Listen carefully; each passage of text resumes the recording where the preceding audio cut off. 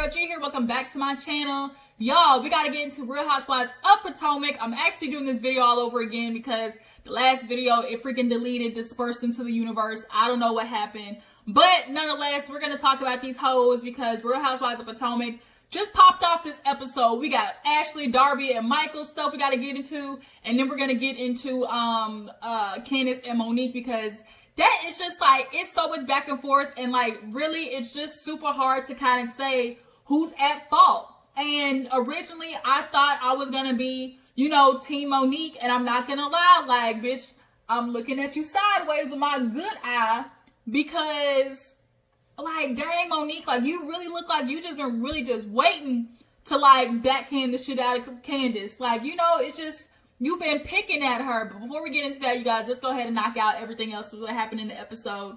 But yeah, let's go ahead and get started. So basically, we're gonna open up the episode with Candice, y'all. Candice got her little bop. I listened to that song, y'all. Of all the Housewives songs that have been released, Candice has the top song to me.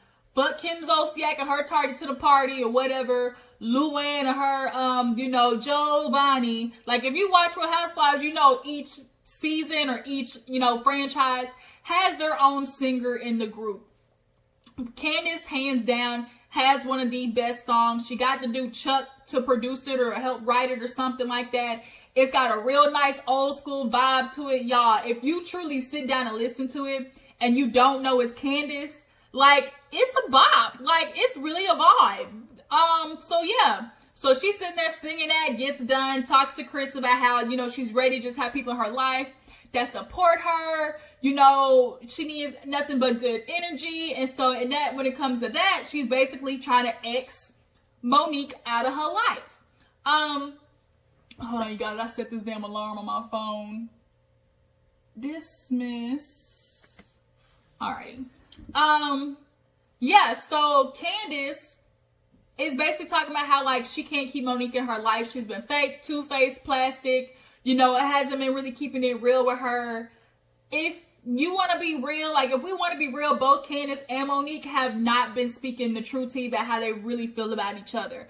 Candice is low-key not understanding why that whole Sharice situation, like, you know why. Like, we know about the whole plot situation. So for you to sit there and invite Sharice to your engagement party and, like, not even slightly text her to give her a heads up, and you're supposed to be working on this friendship with Monique, like, yeah, like, that's something that you could have did, just to show her, like, girl, I'm riding with you. But then Monique, on the other hand, you are sitting there and allow the goddamn Gizelle, who really low-key is the one who, like, that heifer always throws the rock, hide her hand.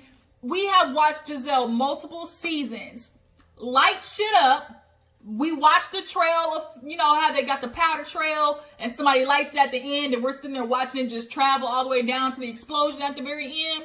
That's Gizelle. She lights the shit up, walks away, and then all of a sudden when the shit explodes, goes kaboom, she's nowhere to be found. And the mess is left for everybody else to clean up or try to sort through.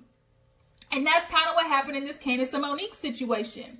But yeah, so she's talking about that and is just really ready to, like, kind of X Monique out of her life at this point because the way she treated her at the lake house, I actually absolutely agree. Like, Monique was pushing it at the lake house. She was absolutely coming for Candice when there was 3 people involved in that conversation, Monique. So why is it that you're going this ham on Candice? Like, even Wendy and Robin had to be like, girl, you're not acting this way towards the other ladies, so why do you got this heat for Candice like that? And I think Monique, ever since she was pregnant last season, honestly been waiting to tap that ass with Candice. And now that she done dropped her little football player off, you know, pushed out her little baby out there hoo-ha, you know, now she's like, ooh, I'm ready and I'm back. And, you know, look, it's about to be, you know, WWE one time. So moving on, we get the little scene with Monique. Monique is doing her Not for Lazy Moms podcast. She actually has her own office space. She needed somewhere to go because she can't concentrate at home, obviously, with a whole bunch of kids and a good-for-nothing husband who feels like, you know, because I make the money, like, basically pay for whatever you need type shit. I just don't like that. I just feel like men feel like, oh, because I have the money, like, that's all I gotta do. And that's just not how shit rolls in a truly functional household. But she gets there and she has all this merchandise, has all this stuff set up. Y'all spending $80,000 on this live freaking podcast night. They go out for 300 tickets. Bitch. She said, we got 20 tickets sold. I said, 20? Monique, child. Like, and she recognizes that she had the momentum in the beginning, but then she got pregnant, had to take a break. It is what it is. But bitch, I've seen more people do less, like have less and have a more successful podcast. You don't need to spend all that money. Like, for what? For what? People are coming in to sit down and you spending all this money. What? Food, drinks, lighting? Like, bitch, you could have went to the goddamn grocery store and handled all that shit on your own and handled that for an eighth of the price that you spent. You got all this merchandise. How about you make sure the demand is there? You know, it's called supply and demand, Monique. Like, you might want to make sure, hey, before I purchase all these goddamn t-shirts and mugs, let me make sure there's actually going to be people there to buy it. So then they talk about the budget and come to find out, like, apparently overall, she spent $200,000 on the Not for Lazy Moms. And the lady's like, ooh, I hope Chris ain't going to be at that meeting because, you know, I don't want him to get mad with how much I've been spending. So when she takes that walk with Chris later on in the day, they're doing like a little walk with the baby and stuff, and she's talking to him about Not for Lazy Moms, and he's like, look, if it ain't bringing in no money, what, we might want to shut it down. And she's like, we not shutting this down, because Not for Lazy Moms is honestly Monique's only thing right now. Like, that's the only thing that she has time to put her energy in, where she has time to like do something that she understands, a good podcast. Like, the gist of it really is like, it could be something, but I think Monique is just going about it in the wrong way, and she's going to put more money into this than she's going to get out of it. She sees it as an investment, but Chris is like, $200,000, like, you might want to cut back on all the extras, and she's like, I don't want to do that. Bitch, if you don't cut back, like, girl, you better pocket that money and tell Chris who went to Not for Lazy Moms, make sure you got your shit in a secret bank account for when shit goes left, period. I hope that's what Ashley's doing. But yeah, after she does that, she talks about how Candice called her and canceled going to, you know, the podcast. Candice was supposed to be there kind of as the honeymoon phase couple. Then Monique being hella shady talking about, oh girl, how you in the honeymoon phase and ain't even gone on the honeymoon yet? I was like, well, damn. Okay then. Like, we know Candice spent an unrealistic amount of money on that 1-year engagement party. Bitch, you made it 1 year. You know, that's good and all. But you should have saved an extravagant party like that for, you know, 10 years, 15 years, 20 years. That's something to really celebrate right there. But you're trying to show off for the group. But, yeah, she's like, oh my God, Candice is so selfish. She's so unprofessional. I have her all over these flyers, and now I got to take them off and reprint them. First of all, why is Candice one of the first people on your flyers when you know you don't fuck with her like that? Like, you and her relationship has always been back and forth. So why put her on the goddamn front of the cover? I'm just confused about that. And then secondly, you ripped this girl a new one at your lake house and then had the nerve to be like, oh, Candice better show it because, you know, regardless of what we're going through, she knows it's something that's important to me. Monique, she don't owe you shit. Like, at all. Like, if I had somebody come for me the way Monique was, what am I gonna do you a favor for? Like, for what? Bitch, you don't respect me? You coming after me saying I'm causing issues when it really isn't one? And, like, you're trying to pop off at me and scold me? But yet, I'm supposed to be professional and show up to an event for you because, oh, so-called it's important to you all of a sudden? Word? Like, Monique's logic right there is kind of, like, baffling. So, what do you guys think? Do you feel like Candice was right to not show up? Or do you feel like she should have, you know, quote-unquote, been professional and showed up to Monique's podcast? Drop down in the comments and let me know. So, Ashley, you guys, she is all fake depressed in the confessional talking about, oh, me and Michael, you know, he came home, we talked about it, and it ended up in an argument. It's just such a bad environment for Dean, and he's telling me that nothing happened. He was too drunk, and he passed out at the hotel, but he did kiss the girl in the cab. And so they decided to go out in public. That way they could try to keep it, you know, PG while talking to each other.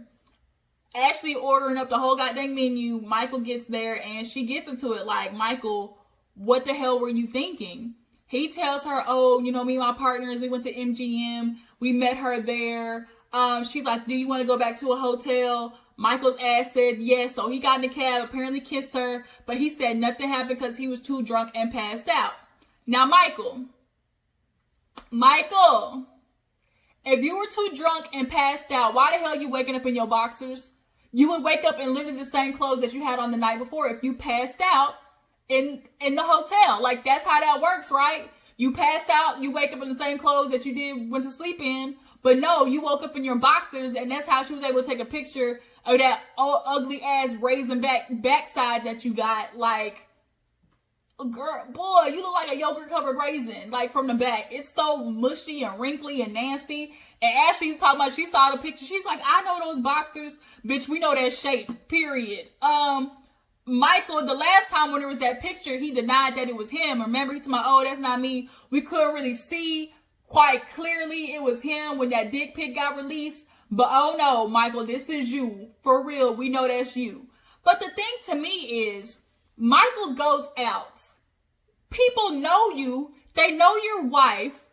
The lack of respect, one, is like, damn, he can go out here and do this and basically not give a damn because he probably feels like Ashley ain't going nowhere. I provide her with the lifestyle that she wants. Especially her mama. She's not going to go anywhere because she got to take care of her goddamn, I don't want to, you know, allegedly, you know, snorting ass mama, like her and the damn deadbeat ass boyfriend, you know, taking care of their little extracurricular activities and apartment living situation. So Ashley's not going to go nowhere. But then it's like, is he going out and doing all this shit because he knows Ashley knows? Like, there's no point in him hiding it because Ashley knows what's up. I feel like Ashley does. They made an arrangement. He's like, look, you the young hot thing. I'll provide you a life for me.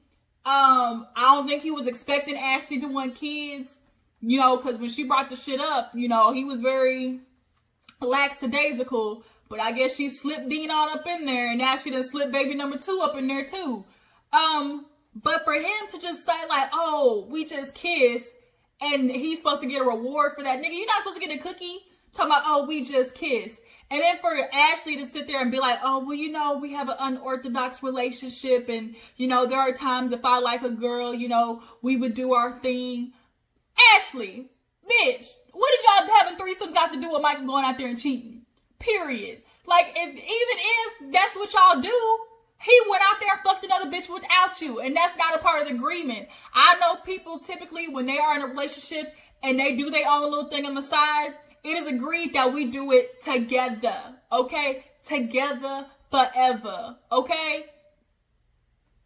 But Michael went out there and did it by himself. So now she's like, well, what would you do if I said I don't want to do it anymore? He's like, then we stop. She's like, that's it, no more. He's like, well, the fun stops here. And it's like, nigga, why are you talking about, oh, the fun stops here? And then he talks about how, oh, I was craving attention. She's like, craving?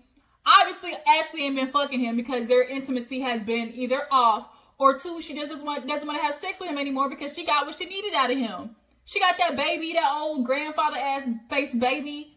I mean, y'all, we can't sit there and lie. Dean, that nigga got an old man face. He literally looks like freaking Michael. It's crazy. But now that she slipped the baby up in there, what she having sex with you for? I mean, I guess she slipped insurance policy number 2 up in that bitch too. But it's just like, Ashley, and then for you to like try to throw this threesome stuff out there to like deflect real politician like, oh, because we have threesomes, like, oh, you know, we got an open relationship. No, Ashley, every season this man is embarrassing you. Like, 1, found out he cheating one season and the picture came out of his dick pic. 2, the freaking scandal with him touching that man's ass and, oh, I want to suck somebody's ding-a-ling, and we all know it was Juan. Hell, Juan finds himself, but Michael, you should have kept that shit to yourself. Period. And now 3, here it is. We dealing with this. Hold on, what the hell? Hold up, y'all, my chair. All right, fix that. So, yeah, where we at? Talking about Ashley and Ashley's dumb ass. Throwing the fact that you have threesomes with this man out there is not going to deflect from the fact that this man has been constantly cheating on you. This is situation number 3, Ashley. Number 3. And here it is, you're making excuses for this Negro again. Like, Michael really goes out in the world and acts like a rich-ass, privileged white man who can go out there, fuck around with his wife. 1 week he want pussy, 1 week he want budussy. And is she like, okay, but that's not Michael. He didn't touch that man's ass. I never have had that situation with Michael. Like, the constant excuses from this girl. And the only reason anybody can come up with the fact that you're putting up with this shit is because of this payday that's going to be at the end of it. Like, girl, we all know, remember she rearranged that prenup and said that, oh, it's substantially larger, but she got to stay in this a certain amount of years. I think there is a year's clause on there, and she's waiting for that bitch to run out. As soon as that whole hit year, whatever they decided on, Ashley, you better dip, bitch, exit stage left. So now that they're done talking, Michael's like, oh my God, you know, where's the producer? Like, I'm done. Like, we've talked about this. It's just so much going on. I've told the truth and I'm just exhausted. I can't give anymore. Ashley's like, I never want to put our business out there. Heifer, you on national TV. What do you mean you don't want to put your business out there? What? And if you talking about, you ain't, like, Michael, if you don't want your shit out in the public, quit taking your old wrinkly white ass out in public and fucking these random bitches. And then have the nerve to get freaking photographed. And apparently now there's a freaking video that leaked of him and the girl. Like, talking or something like that about how, oh, we can't go to my place. Oh, we can't go to my place. Like, shit like that. Like, Ashley, this reunion gonna be lit when they finally get to this damn section, because there's no denying it this time. Last time, Michael, you got away with it with that deny till you die type shit. And the fact that Monique actually helped y'all and got rid of that camera footage, you're not going to convince me that Monique don't have no camera footage of Michael's ass touching all up on that man's booty, period. Monique, we peep game. But yeah, so after that, we see Gizelle. She goes to the little furniture store. She trying to find a new look for her house, because, bitch, I'm sorry, your house looks like an 80s porn scene. All this red leather couch and this nasty ass rug, and had a nerve to talk about, oh, I got fabulous design style. Bitch, where? Gizelle, when I tell you everybody on Twitter and the internet was laughing when Gizelle said that shit, I'm sorry, Gizelle, your fashions and your house, wretched. It's just wretched, child. So Robin meets her there. This was the one time that Gizelle's clothes weren't that bad. She feels like because something is cute, like she can put it on top. Like, just because everything that you put on is cute, don't mean it's gonna be cute all together. Like, the outfit would have been better. The glasses were bomb. I actually really enjoyed those glasses, but not with that outfit. But nonetheless, Robin gets there and they're talking about how she feels like Monique is tripping after going after Candice at the lake house. And now she's concerned about what to do with Ashley because she got the picture. Everybody got DMs. And Robin fucked up, y'all. She fucked up. She's like, I was talking to Sharice and I was going to send her the picture. Y'all, I sent the shit to Ashley. And I'm like, bitch, I've been in one of them situations before. Y'all, I remember my heart damn freaking dropped. It wasn't nothing but God's. Nothing but the Lord's saved me that day, because I used to be talking to this nigga and his name started with a D. I got my phone. My dad, like, it's dad in my phone, and I got this dude's name and with the D in my phone. I sent it a message, you know, the contents was none of your business. But at the end of the day, my daddy didn't need to see it. I don't send no pictures. It wasn't no pictures. But, you know, it was a little razzle-dazzle, you know, just conversation. And nothing but the grace of God was serving so weak out here that it said message could not follow through. When I tell you my heart, when you watch that little circle go around that message, bitch, when I tell you, never again. I changed that nigga's name in my phone so fast to something else. I had to put a nickname in there. Never again. So the fact that Robin was able to play it off like, oh, what do you want us to do about this? Like, bitch, you close. But she was being hella messy, though. That's what happened. That karma come for that ass. So after that, we see a little snippet of Ashley going out with her mom to the store. And she has a sister, a whole ass sister, like teenager, from whatever dude that is that's bumming it on the couch. Like, what the fuck? What? So, they're dress shopping and the mom is talking to her about how she's feeling. And she's basically telling her daughter, like, look, this is enough. Like, come on now. I'm mad at Michael. Slightly, yes, is she mad? Is she she wants Ashley to leave him? But bitch, if you're gonna leave him, you need to have an exit plan, because I still gotta live somewhere. That's how her mama's feeling. You can leave him, but make sure you take something with you so I got somewhere to stay. But she's like, oh, you know, this is it with Michael. If it happens again, like, I'm done. I'm not afraid to leave Michael. I've done it before. Well, bitch, if you've done it before, why the hell did you go back? Like, this man keeps fucking with you and you allow him to disrespect you. The blatant disrespect, the fact that he's not even willing to try to hide it anymore, what he's doing, really makes me feel like, you know, Ashley, like, you know.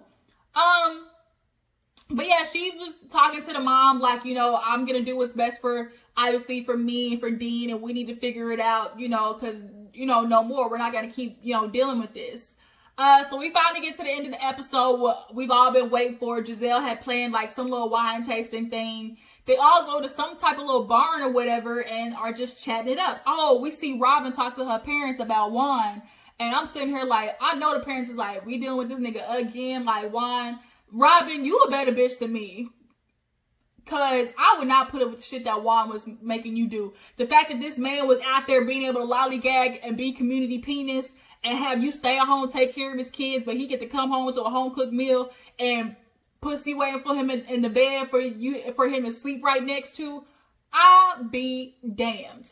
Juan was out there doing his thing, and you have yet to date somebody else, even just dip your toes in the water, and here all of a sudden, finally, he wants to come back to and marry you because, oh, she been putting up with me for a long time, and basically he realized, like, ain't nothing else out there, so I might as well. She been sticking with me for this long, like, Robin, But she said they're gonna do family counseling or whatever, so we're gonna see how that plays out. But back to the end. We get to, everybody's there, they're looking at Ashley, and they're just trying to check on her, make sure she's good, and she's telling them, like, obviously things are, you know, a little rocky, having to deal with it, but, you know, she explains to them that, you know, me and Michael, we have an unorthodox relationship, like, we've done, you know, stuff together as a couple in the past, you know, with hooking up with people outside of a relationship. So they're like, what do you mean? She's like, yeah, we've had threesomes.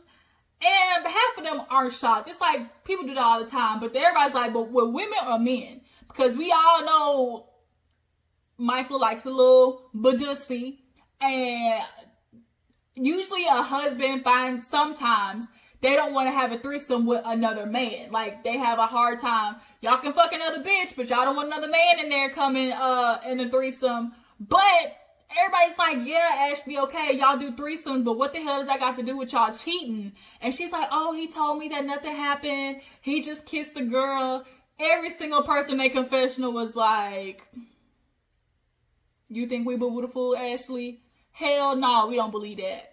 So all of them are just telling her, like, we'll be here for you, like, anything happens. And Ashley's like, you know what? I really appreciate you guys because I wasn't that gracious to y'all's relationship in the past, but she wasn't. She came full force for every single one of those bitches' relationships. So much so, I would have backhanded her one of these times because the way she kept coming for Robin's relationship, Karen's relationship, like, Ashley, you were pushing it, okay? You really were pushing it. But now they're showing her grace, and she's like, you know, I just really appreciate that. So then we get to Candice and Monique, and shit's popping off because Gizelle, low-key, sprinkling her little Gizelle messy juice on everything. And it's like, oh, where are you guys at right now in y'all's relationship? Monique is like, I meet Candice where she's at, and that's back there. And Candice is like, I love Monique, but, and she's tapping the wine glass with that knife, waving that shit around. Giselle's like, no more knives. Wendy had to grab that shit from her because that wasn't a butter knife. That was an actual steak knife that time. And they are going back and forth. oh my God, you know, Monique's telling her, I've never had a real friendship with Candice. It's a facade. She's fake.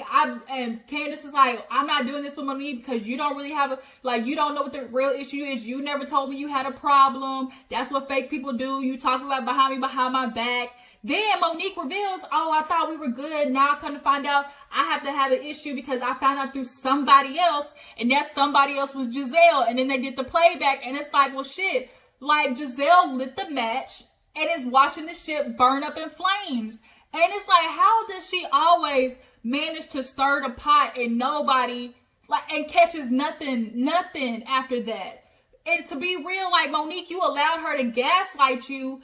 And instead of going to Candice and confronting her about the issue, you let the shit boil underneath. And, like, I feel like she really didn't want to fix it. Like, she was looking for an excuse to be mad at Candice. So now here it is. They going back and forth with the hands and the face and stuff. And she flicking the hair. You want me to do it? You want me to do it? You want me to do it? And so she's like, you're going to drag me? You're going to drag me? And she's like, I will. And the next thing you know, boom, shakalaka, boom, boom, boom, boom, boom, boom, boom, boom. And it's like, bing, bing, bing, bing. And that's when the episode ends. And it's like, Monique, no. And it's like, well, shit, whose fault is it? Because they both was antagonizing each other. Candice had the nerve to be on Watch What Happened Live when Andy asked her, well, like, people said, like, okay, if you asked for it, like, she's like, no, I don't feel like that makes, Monique is all the way wrong. She's mental. She's ill. She's always coming after me, being, she's like, basically trying to put everything on Monique. And it's like, girl, bitch, you could have walked away, but you didn't. You kept going. And then don't sit there and say, you're going to drag me. And then be surprised if somebody drags you after. Granted, is Monique being extra, but like, Candice, don't nuck if you can't buck. Period. You talking about, you need to be prepared what comes after something. Last time she was pregnant and couldn't drag you. And I think that's what she was banking on. Her just not dragging her. But I'm sorry, bitch, you got these hands. So y'all tell me, who do you think is at fault here for majority of the beef between the two? And next week we're going to actually get to see everything. So we'll see how that plays out. Appreciate you for tuning in. Before you go, like this video, subscribe to my channel, and I'll catch all you guys later. Deuces.